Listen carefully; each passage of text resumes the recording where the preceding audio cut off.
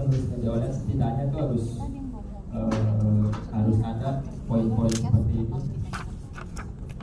Yang pertama jelas dan lugas. Pengertian jelas dan lugas itu bahwa menulis media online itu harus ringkas, kalimatnya pendek-pendek, paragrafnya juga tidak terlalu tebal.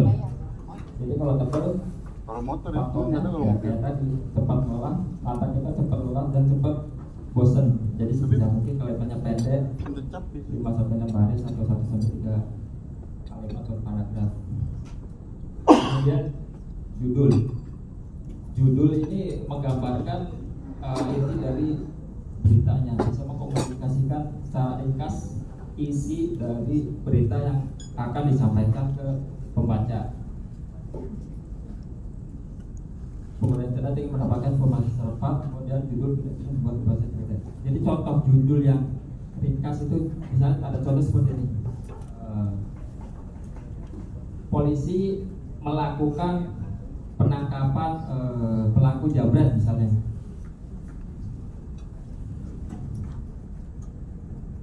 Ada yang mau udah pas belum?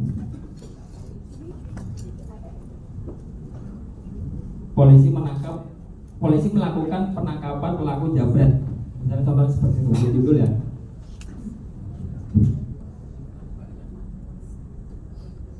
Nah, salah satu tipsnya untuk judul itu bagusnya pakai kata dasar.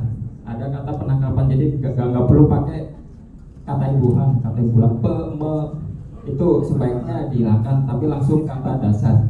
Polisi melakukan penangkapan pelaku jambret. Itu akan lebih ringkas jika kita menuliskan judul polisi tangkap, langsung tangkap, melakukan sama penangkapan itu kita hilangkan jadi polisi tangkap pelaku jambret.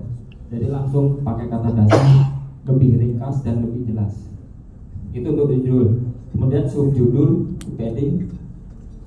Nah, subheading juga begitu. Ketika kita menulis paragraf agak panjang itu, kalau kita scrolling itu kan agak bosan kalau misalnya nggak ada subjudulnya. Jadi subjudul itu juga buat panduan pembaca apa sih yang ringkasan isi judul pada alinea di bawahnya. Itu juga cukup membantu pembaca dan membantu juga search engine dalam menelusuri artikel yang kita bikin. Kemudian daftar poin juga seperti yang tadi untuk listing yang numbering dan bullet. Itu juga sangat direkomendasikan. Kayak penulisan piramida terbalik, letakkan informasi penting di paling menarik di awal. Jadi pembaca online itu tipikalnya itu bisa dibilang juga tidak setia. Kenapa?